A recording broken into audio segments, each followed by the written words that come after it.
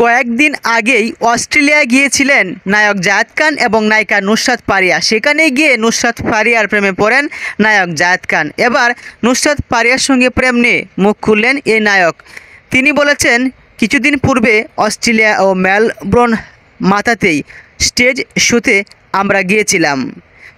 সেখানে সুর বিরতিতে আমরা কিছু ফটো আপলোড দিয়েছিলাম। কয়েকদিন পূর্বেও একটা গুঞ্জন ছড়িয়ে পড়েছিল যে সায়ন্তিকা ব্যানার্জির সঙ্গে প্রেম করছেন এই নায়ক। তবে আবার সেই গুঞ্জন উড়িয়ে দিয়ে অস্ট্রেলিয়ার মেলবোর্ন এবং সিডনিতে গিয়ে নতুন প্রেমে মজেছেন দুইজন। তবে জায়েদ খান তিনি বলেছেন, সুর বিরতিতে সেখানকার বিভিন্ন লোকেশনের একসঙ্গে ঘুরতে যাওয়া কিছু ফটো আমরা আপলোড দেই। সোশ্যাল মিডিয়ার পোস্ট করার মুহূর্তেই অনেক ভক্তরাই নানা মন্তব্য শুরু করেন। আমাদের দুজনের প্রেম হয়েছে এমন গুঞ্জনটাও ছড়িয়ে পড়ছে। এবার বিষয়টি নিয়ে দেশের একটি গণমাধ্যমে নিজেই সাক্ষাৎকার দিলেন নায়ক জায়েদ খান।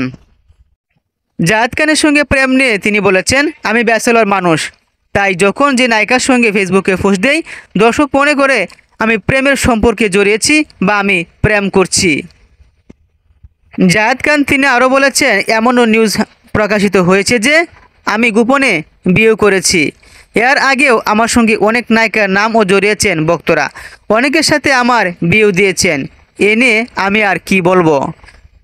জায়েদ খান তিনি আরও বলেন, অস্ট্রেলিয়ার ওই শোতে শুধু আমি আর নুসরাত ছিলাম না, আমার কাজিন গায়ক প্রতীক হাসানও সেখানে গিয়েছিলেন।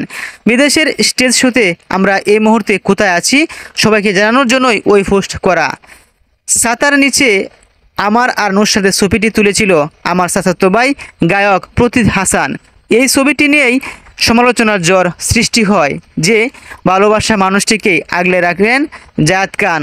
একই ছাতার নিচে খোলা আকাশের নিচে প্রেম করছে দুজন, চোখে চোখ রেখে কথা বলছেন মনের কথা। যদিও সেখানের শোতে নুসরাত দারুণ একটা অভিজ্ঞতা শেয়ার করেছেন। সেও আবার বাংলাদেশের কোনো অভিনেত্রী হিসেবে নুসরাত ফারিয়া। এর পূর্বে কলকাতা স্টেজ শোতে তিনি দারুণ চমক দেখিয়েছিলেন। সম্প্রতি তিনি অস্ট্রেলিয়া মেলবোর্ন সিডনিও মাতিয়েছেন।